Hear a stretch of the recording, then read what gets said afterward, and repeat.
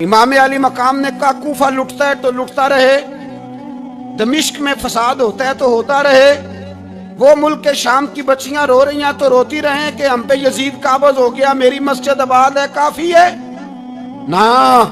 امام حسین نکلے اور نکل کے کہنے لگے جنت البقیع والی جگہ پہ کھڑے ہو کے یا رسول اللہ میں جا رہا ہوں۔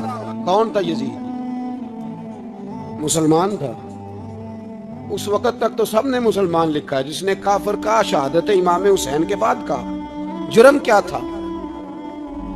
میری گردن جھک جاتی ہے جب میں یہ بات کرتا ہوں، ایمانداری سے کہہ رہا ہوں، جوش خطابت نہیں، میری گردن جھکتی ہے جب میں یہ لفظ ادا کرتا ہوں۔ امام حسین کے گھر کے اندر یزید نے پیغام بھیجا، اس نے کہا جیسے کہو گے کر لوں گا، جتنے پیسے کہو گے دے دوں گا، جتنی مسجدیں کہو گے بنوا دوں گا، جتنے ادارے کہو گے تعمیر ہو جائے، مجھے نہ چھیڑو۔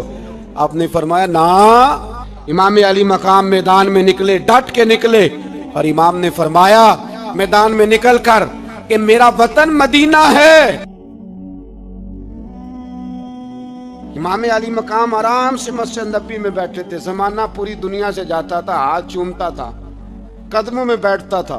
اتنے بڑی عظمت والی بھی کوئی شخصیت ہوگی جس کے رگوں میں رسول اللہ کا خون دوڑتا ہے، جسے حضور اپنی زبان مبارک اس طرح وہ چوسا کرتے تھے جیسے عرب کے لوگ پیاس کے عالم میں کھجور چوسا کرتے تھے۔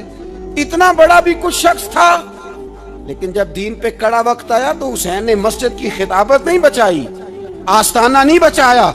امام علی مقام نے کہا کوفہ لٹتا ہے تو لٹتا رہے، دمشق میں فساد ہوتا ہے تو ہوتا رہے، وہ ملک کے شام کی بچیاں رو رہی ہیں تو روتی رہیں کہ ہم پہ یزید قابض ہو گیا، میری مسجد آباد ہے، کافی ہے نا۔ امام حسین نکلے اور نکل کے کہنے لگے جنت البقیع والی جگہ پہ کھڑے ہو کے یا رسول اللہ میں جا رہا ہوں، میں جا رہا ہوں، اور آپ کے لیے جا رہا ہوں، اس لیے کہ مجھے اس شام کو بچانا ہے جس شام میں رسول اللہ کا کلمہ پڑھنے والے لوگ بستے ہیں۔ مجھے کوفہ، دمشق، مصر کے لوگوں کو بچانا ہے۔ نانا تیرے کرم کے خزینے کی خیر ہو، میں جا رہا ہوں تیرے مدینے کی خیر ہو۔ نکل کھڑے ہوئے امام علی مقام، میدان میں نکلے، کس کے خلاف؟ بولے کون تھا یزید؟ مسلمان تھا۔ اس وقت تک تو سب نے مسلمان لکھا ہے، جس نے کافر کہا شہادت امام حسین کے بعد کہا۔ جرم کیا تھا؟ میری گردن جھک جاتی ہے جب میں یہ بات کرتا ہوں، ایمانداری سے کہہ رہا ہوں، جوش خطابت نہیں، میری گردن جھکتی ہے جب میں یہ لفظ ادا کرتا ہوں۔ امام علی مقام اس شخص کے خلاف نکلے، سارے خطبے امام حسین کے پڑھ کے دیکھو۔ امام حسین نے فرمایا یزید شرابی ہے، شرابی مسلمانوں کا حکمران ہو سکتا؟ آپ نہ بولیں بے شک، پر بات تو سچی ہے نا۔ امام حسین نے فرمایا شرابی کو ووٹ دیا جا سکتا؟ فرمایا رنڈیوں کا ناچ دیکھتا ہے جو مجرے دیکھے، جو رنڈیوں کے ناچ دیکھے وہ مسلمانوں کا حکمران ہو سکتا؟ امام حسین میدان میں نکلے اور 18 سال کے علی اکبر سے لے کر 6 مہینے کا علی اصغر دے دیا، لیکن شرابی کو برداشت، بے حیا کو برداشت تو میں کیسے کرتے؟ دوستی قاتل سے بھی، مقتول سے یارانہ بھی، اپنی جیب سے فلیکسیں چھپوا کے ظالموں، جابروں، بدماشوں کو ووٹ دیتے ہو۔ امام حسین کو تیری دیگ کی ضرورت ہے جو تو 10 محرم پہ پکاتا ہے، چاولوں کی ضرورت ہے جو تو نے 9 محرم کو پکائے، ان کو اس بریانی کی عادت تھی جو تو نے پکائی ہے۔ میرے گھر میں فلاں MNA MPA صاحب آ گئے تھے، امام حسین کے گھر کے اندر یزید نے پیغام بھیجا، اس نے کہا جیسے کہو گے کر لوں گا، جتنے پیسے کہو گے دے دوں گا، جتنی مسجدیں کہو گے بنوا دوں گا، جتنے ادارے کہو گے تعمیر ہو جائے، مجھے نہ چھیڑو۔ آپ نے فرمایا نا، مسجد مدرسے اس وقت آباد رہتے ہیں جب حکمران صحیح ہوتے ہیں، اور جب حکومتیں غلط ہوتی ہیں تو پھر مساجد آباد، پھر مدارس کی آباد کاری ہو ہی نہیں سکتی۔ میں دین میں نیا رکھنا کھول دوں؟ امام علی مقام کھڑے ہوئے، پر میں کیا کروں؟ حکومت کیا کروں؟ حکومت سے کیا کہوں؟ اگر میری ملت کے اپنے جوان کے موبائل میں رنڈیوں کا ناچ ہو تو 10 محرم کو تو امام حسین کربلا میں تڑپ جاتے ہوں گے۔ अगर 9-10 मुहर्रम को जो निकला इमाम अली मकाम की बात करने के लिए, वो नौजवान अगर सिगरेट का, शराब का, बदमाशी का आदी हो, तो हजरत अली असगर कहेंगे ना मेरी कुर्बानी का क्या बना। वो तो निकले थे उरियानी और फाशी के खिलाफ, और अगर मिल्लत का जवान रोज चौक में खड़े होकर लड़कियों को ताड़ता हो, तो हजरत अली अकबर तो अपनी कब्र में रोते होंगे कि ये इस कौम के लिए जान दे दी जो आज जजीदी तरीकों पे अमल कर रही है, जो सारी रात गंद देख के सोती है, जो सारी रात बेहयाई, फाशी और उरियानी में लगी रहती है। इन लोगों के लिए जान दे दी, इतना जुल्म उन शहीदों के साथ। और 10 मुहर्रम को देग पका के कहता है मैं इमाम हुसैन का मानने वाला हूं, मैं इमाम अली मकाम से प्यार करने वाला हूं।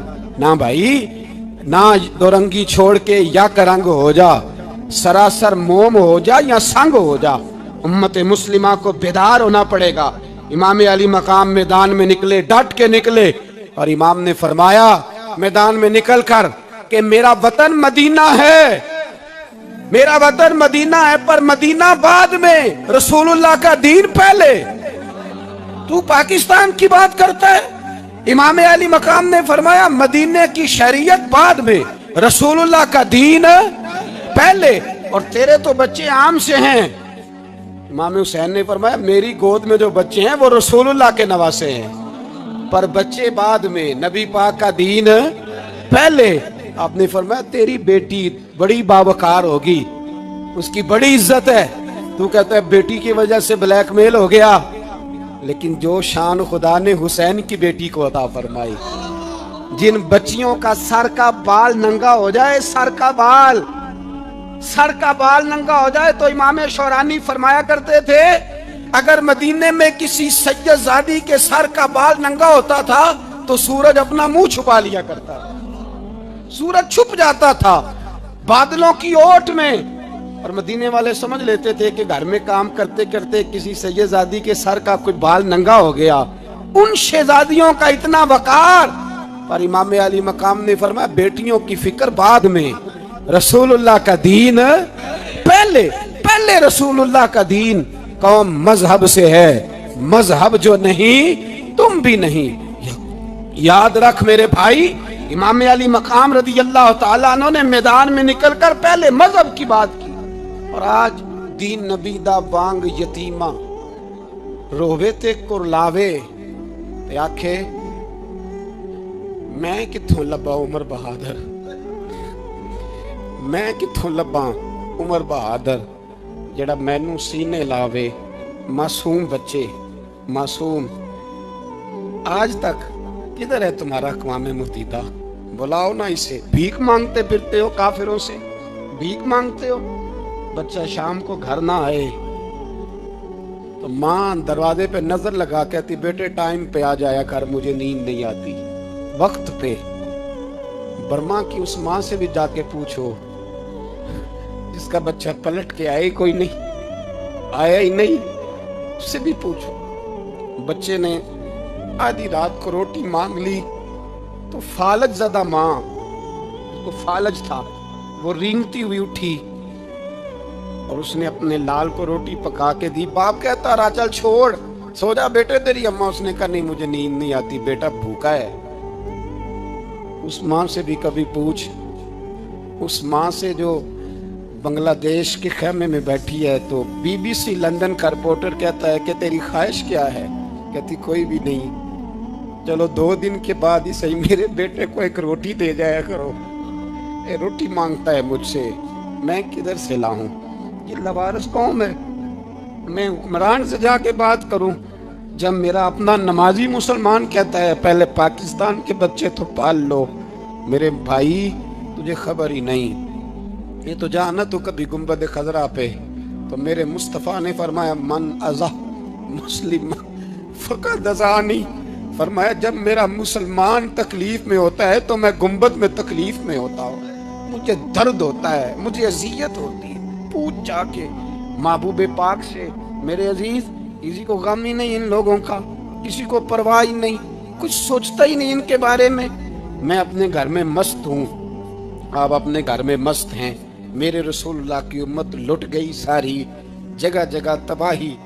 एक इंच धरती पर जमीन ऐसी नहीं जो काफिर की हो और खून बहता हो। एक रेमंड डेविस अमेरिकी कुत्ता यहाँ बंद था मुसलमानों के कत्ल में। उन्हें अपनी कौम की इतनी फिक्र थी, वो रातों रात छुड़ा के ले गए। लेकिन मेरी और तेरी बहन आफिया सिद्दीकिया सालों से बंद है। तड़प के पूछा है मुसलमानों ने कि उसकी गलती तो बताओ, उसका कसूर नहीं, पर वो बंद है। कोई नहीं बात करने वाला, कोई नहीं। मस्जिद जाने, जुमा तो पढ़ाना है, उसमें गर्ज नहीं, दर्द है कि नहीं क्या, उसमें तो इतना पता है 1 घंटे तकरीर करनी है। पीर साहब सुबह से शाम तक तावीज़ लिखते हैं। सियासतदान सुबह से शाम तक जनाजा भी तब पड़ता है कि मुझे वोट मिलेंगे। ताजर कहता है बस दुकान चलनी चाहिए, मर जाए मेरी तरफ से सारी दुनिया, बस करो, इस खौल से बाहर निकलो। ऐ नौजवान मुस्लिम, कभी ये तदब्बुर भी किया तूने, वो कौन सा गर्दू है जिसका है तू एक टूटा हुआ तारा। तूने सोचा ही नहीं कभी, तुझे कभी खबर ही नहीं हुई कि ये किस कदर बड़ा काम था। मेरे रसूल पाक सल्लल्लाहु अलैहि वसल्लम के गुलामों जागो। जाऊं हजरत साद बिन नबी वकास के पास, कादसिया की जंग हो रही थी, काफिर बुला रहा था, आओ अगर कोई है तो आओ, आओ मुकाबले में। हजरत साद बिन नबी वकास ने घोड़े दौड़ा दिए। दश्त तो दश्त हैं, सहरा भी न छोड़े हमने, बहरे जुल्मात में दौड़ा दिए घोड़े हमने। हजरत साद बिन नबी वकास ने घोड़े दौड़ाए, आगे दरिया आ गया, कोई पुल नहीं, कोई शय नहीं। इस्लाम की इज्जत का सवाल है। हजरत साद बिन नबी वकास ने हाथ उठाए और कहा, अल्लाह अगर तू मूसा की नाफरमान कौम को रास्ता दे सकता है तो तू हमारे दिलों को जानता है, हम तो अपने रसूल के फरमाबरदार गुलाम है। आना मेहरबानी कर कि अगर तूने दिले मुस्लिम की दिल जोई नहीं तो हमें ताना देंगे बुत के मुस्लिम का खुदा कोई नहीं। कहा अल्लाह मेहरबानी फरमा, अगर तू हजरत वैज़ फरकना बिकुमुल बहरा फअनजयनाकुम व अगरकना आला फिरौन, अगर तू हजरत मूसा की कौम के लिए दरिया फाड़ सकता है तो हम तो नबी पाक के गुलाम हैं। साहबा कहते हैं जनाब साद ने दुआ मांगी तो दरिया ने रास्ता अता फरमा दिया। यार तू दुआ भी नहीं मांगता। हुजूर ने फरमाया दुआ सलाहुल मोमिन, दुआ मोमिन का हथियार है, तूने ये भी छोड़ दिया है। अब तू बस बातें करके, तबसरे करके, टीवी देख के, अपनी राय कायम करके, कमेंट्स करके सो जाता है, ये भी सोता खुश्क हो गया। तू दुआ तक नहीं मांगता। फरमाते हैं दुआ मांगी तो दरिया ने रास्ता दिया, और जब उस किनारे निकले तो हजरत साद कहने लगे किसी की कोई शय तो नहीं रह गई दरिया में, कोई चीज तो नहीं रह गई। एक सहाबी कहने लगे प्याला रह गया है। तो हजरत साद फरमाने लगे ओ दरिया हमारा प्याला वापस नहीं कर देता। तो कहते हैं कि लहर आई तो प्याला भी बाहर फेंक गई। ओ भाई हम उसी रसूल का कलमा पढ़ते हैं जिनका हजरत साद बिन नबी वकास ने कलमा पढ़ा था। और किसी जगह मेरे नबी पाक ने नहीं फरमाया अल्लाह सहाबी की सुनेगा बाद में आने वालों की नहीं सुनेगा, किसी जगह नहीं कहा। पर तू कशकोले दुआ भी नहीं उठाता, मुसीबत में भी अब याद खुदा हमको नहीं आती, दुआ मुंह से ना निकली, जेबों से अर्जियां निकली, तू ये काम भी नहीं करता। मेरा दिल करता था चलो और कुछ ना हो, मस्जिदों में इज्तिमाई दुआ ही हो जाए, पर उस तरफ भी तवज्जो नहीं। वहां भी कहते हैं मौलवी साहब जल्दी करो घर जाना है, इतनी लंबी दुआ, और कमेंट्स कर रहे हैं लोग, कहते हैं आप अपने घर की सोचें। मेरे भाई दुआ। सलाहुद्दीन अय्यूबी फलस्तीन की जंग लड़ रहे थे, खबर आई कि ईसाइयों का एक बहरी बेड़ा, बहरी जहाज असला लेके आ रहा है, नेज़े हैं, तलवारें हैं, तीर हैं। सलाहुद्दीन एक बुजुर्ग थे, उनसे मिले तो कहने लगे बाबा जी आप भी दुआ करो। मैं भी दुआ करता हूँ। मुसलमानों के पास पहले असला नहीं, ईसाइयों ने और मंगा लिया है, कहीं ऐसा ना हो मुसलमानों के खिलाफ इतना असला इस्तेमाल हो। ये बात कही, बाबा जी को दुआ का कहा, खुद मस्जिद अक्सा में सारी रात रोते रहे। सलाहुद्दीन सारी रात, हमारा हुक्मरान जिसे रब्बाना आतिना फिद दुनिया पूरी नहीं पढ़नी आती, और अब तो ऐसे पीर आ गए मैदान में जो सूरह फातिहा सीधी नहीं सुना सकते, इल्ला माशाअल्लाह। सारी रात सलाहुद्दीन अय्यूबी रोते रहे। वो बुजुर्ग कहते हैं मैं भी कोने में था, पर जिस दर्द से इसने दुआ मांगी मैं नहीं मांग सका। सवेरे खबर आई कि दुश्मन का वो बहरी बेड़ा जो असला